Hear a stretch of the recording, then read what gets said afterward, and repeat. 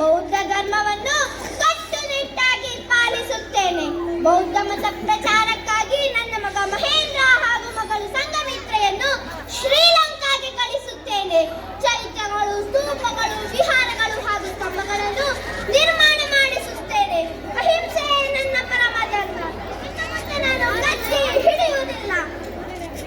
ಪ್ರಜೆಗಳಿಗಾಗಿ ನನ್ನ ಪ್ರಾಣವನ್ನು ಮುಡಿಪಾಗಿಸುತ್ತೇನೆ. ರಾಜಕುಮಾರಿ, ನೀನು ಮುಕ್ತೆ ಮಗು, ದೇವರಿಗೆ ಸಮಾನ.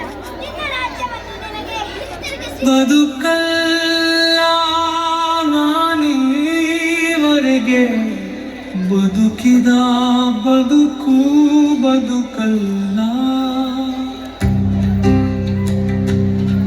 ಇಂದು ಹುಟ್ಟಿ ನಾಳೆ ಸಾಯುವ ಈ ಬದುಕಿನಲ್ಲಿ ಏನಿದೆ? ಇರುವ ತನಕ ದೀನರಾಯನಿಗಾಗಿ ಬದುಕುವೆ. ಓ ಬುದ್ಧ ಗೌತಮ ಬುದ್ಧ ಶರಣು ಶರಣು, ನಿನಗೆ ಗೌತಮ ಬುದ್ಧ.